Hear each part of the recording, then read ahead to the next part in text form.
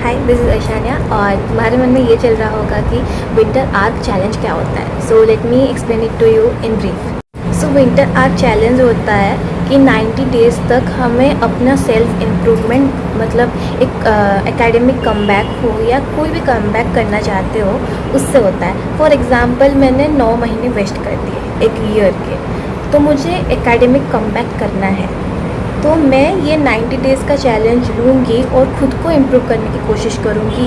मतलब एक hardcore challenge लेने की मैंने ठान ली। मतलब बहुत सारे चैलेंजेस हो, 30 days challenge, 31 days challenge, 75 days challenge जैसे करते हैं। ये एक 90 डेज़ का चैलेंज होता है खुद के लिए सेल्फ इम्प्रूवमेंट या सेल्फ ग्रोथ या एकेडमिक कमबैक करने के लिए ये चैलेंज लिया जाता है। So first we are gonna talk about discipline. तो तुम्हें डिसअपियर हो जाना है। तुम जो भी कर रहे हो किसी को बताना ही नहीं है। अगर सोशल मीडिया यूज़ भी कर रहे हो, इसमें वो होता है कि सोशल मीडिया यूज़ करना नहीं होता। तो मैं ये रूल को ब्रेक करना चाहूँगी, थोड़ा सा ब्रेक करना पड़ेगा क्योंकि मैं भी अपना एकेडमिक ग्रोथ देखना चाहती हूँ और मेरे पेरेंट्स को भी दिखाना चाहती हूँ कि मेरा कुछ ग्रोथ हो रहा है। तो मैं ये वाला तोड़ सकती हूँ क्योंकि मैं यूट्यूब चैनल खोल के रखी हूँ। सो तुम्हें क्या करना होगा कि डिसअपियर हो जाना है और जो भी तुम्हारा एकेडमिक ग्रोथ कर रहे हो या तुम्हारे जो भी सक्सेसफुल हो रहा है किसी को बताना नहीं है। मतलब तुम पढ़ाई कर रहे हो, किसी को बताना नहीं है। तुम्हारा एकेडमिक ग्रोथ हो रहा है, किसी को बताना नहीं है। और सोशल मीडिया से बहुत दूर रहना है। अगर यूज़ भी कर रहे हो लेकिन लिमिटेड आवर्स के लिए, मतलब 1 घंटे के लिए यूज़ कर रहे हो या 2 घंटे के लिए, मतलब लिमिट रखना है उसे। डिसिप्लिन इसलिए होना पड़ता है क्योंकि क्या होता है कि जब हम सक्सेस पाते हैं तो जो भी हमारे मतलब सराउंडिंग्स में लोग होते हैं वो हमसे जलते हैं। ये ऑब्वियस वाली चीज़ होती है क्योंकि तुम लोग ने भी एक्सपीरियंस किया होगा कि हम जब कुछ अचीव कर लेते हैं तो हमारे दोस्त हो या हमारे जो भी एनिमीज़ होते हैं या हमारे चाहने वाले भी होते हैं, वो लोग हमसे जलते हैं और चाहते हैं कि हमारा कैसे डाउनफॉल हो जाए। तो इसे अवॉइड करने के लिए तुम गायब हो जाओ, मतलब ग्राइंड करते रहो, मतलब मेहनत करते रहो, लेकिन किसी को पता नहीं चलना चाहिए। जब तुम्हारा एकेडमिक कमबैक हो जाए तो उन्हें शौक लग जाएगी यार वो कुछ तो किया है। Next we are gonna talk about the art planning. तो आर्ट प्लानिंग ये होता है कि तुम्हें टाइम टेबल नहीं बनाना। जैसे हम बना देते ना 8 से 8, 8:30 मेरे को नहाना है, 9:30 से 10 मुझे पढ़ना है। ऐसा नहीं करना। ऐसा करोगे तो तुम्हारे ऊपर एक प्रेशर आ जाएगा कि नहीं मुझे इतने टाइम लिमिट में करना है। अगर नहीं कर पाओगे तो तुम्हें डिमोटिवेशन फील होगा।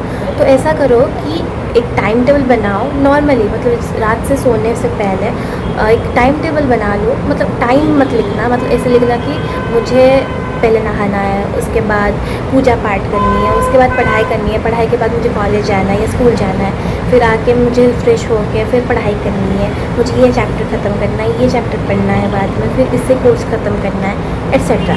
ऐसा करने से तुम्हें मतलब तुम्हारे दिमाग में एक टाइम लिमिट का प्रेशर नहीं आएगा और तुम अगर भी वो मतलब कंप्लीट नहीं कर पाओगे तो मतलब एक ही दिन में, उसी दिन में कभी ना कभी वही कंप्लीट कर दोगे तो तुम्हारे ऊपर प्रेशर नहीं रहेगा और तुम्हारा जो भी तुम्हारे टास्क होते हैं दिन के सब कंप्लीट हो जाएंगे। Next we are gonna talk about must have habits. मतलब हमारे कुछ हमारे जो भी हैबिट्स होते हैं हमें चेंज करना होता है इस चैलेंज में। जैसे मैं बहुत आलसी हूँ, मैं लेट में सोती हूँ और लेट में उठती हूँ, तो मुझे उस हैबिट को चेंज करना होगा कि मुझे लेट में अगर भी सो रही हूँ तो जल्दी उठ के मुझे अपने टास्क कंप्लीट करने हैं, या जब भी सो रही हूँ डेली उतने समय में सोऊंगी और उससे ज़्यादा लेट नहीं करूँगी। मतलब एक टाइम लिमिट बढ़ाना है। और जब भी मैं मोबाइल देख रही हूँ, मतलब ज़्यादा से ज़्यादा जितना तुम्हारा प्रोडक्टिविटी रहेगा उतना ही मोबाइल चलाना है। और मतलब जल्दी उठना है, या तुम्हारा वेट अगर लॉस करना है तो तुम्हारे प्रॉपर डाइट मेंटेन करने होते हैं। कुछ जो भी तुम्हारे मतलब सेल्फ ग्रोथ के लिए तुम्हें करना है, उससे सब हैबिट्स उससे रिलेटेड तुम्हें चेंज करना होता है। Next, set clear goals. For example अगर एक इंसान बोल रहा है कि मुझे कुछ क्रैक करना है कॉम्पिटिटिव एग्ज़ाम, फॉर एग्ज़ाम्पल वो लड़का चाहता है कि मुझे नीट क्रैक करना है, तो वो एक क्लियर सेट ऑफ गोल्स बना रहा है कि मुझे नीट क्रैक करना है, मतलब करना है। लेकिन जो भी तुम गोल्स मतलब सेट कर रहे हो किसी को बताना नहीं है। मतलब बता भी रहे हो, मतलब ऐसा मत बोलना कि मैं ये पढ़ रहा हूँ, मुझे ये बुक फॉलो करना है, मैं ये फॉलो बुक कर रहा हूँ, मैं ये टीचर से पढ़ता हूँ। कुछ नहीं बताना, तुम्हें अपने में ही रहना है। सब जो भी कर रहे हो अपने में ही रखना है, किसी को बताना नहीं है क्योंकि जब बताते नज़र लग जाती है, ये एंड नज़र is real. So set a clear goal और जो भी कर रहे हो अपने दिल से जान से करो और उससे पूरा दिल लगा के पढ़ाई करो और मेहनत बहुत करो। चाहे वो पढ़ाई हो, तुम्हारे जिम हो या वेट लॉस हो, स्किल्स हो, बिजनेस हो, and at the last realisation is the key. क्योंकि तुम्हें जब तक रियलाइजेशन नहीं हुआ कि मुझे ये चैलेंज कंप्लीट करना है, हाँ तुम्हें पहले पहले लगेगा कि बहुत रोना आ रहा है, मैं नहीं कर पाऊँगा, मुझे भी ऐसा लग रहा है कि मैं नहीं कर पाऊँगी ये वाला, लेकिन खुद से मुझे ये रियलाइज़ होना है कि मैं अगर ये वाला कर लूँगी तो मेरा एकेडमिक कमबैक हो जाएगा और मैं जो चाहती हूँ वो वाला गोल भी क्लियर हो जाएगा।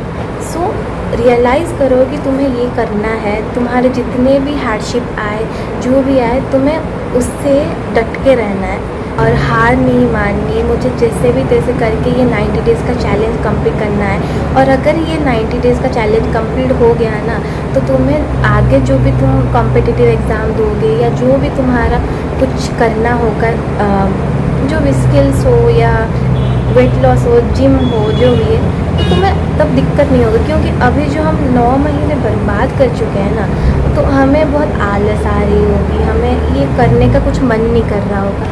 तो ये 90 डेज़ होता है कि मतलब हमें डिसिप्लिन वे में बनाता है, मैंने जितना समझा है। So that's what I understand from this winter arc challenge. अगर कुछ मैंने गलत कहा है तो कमेंट सेक्शन में बोल देना। And I am taking this challenge for the 90 days and I will be uploading some study vlogs related to this, so please watch these videos and subscribe to my channel. Thank you and have a nice day.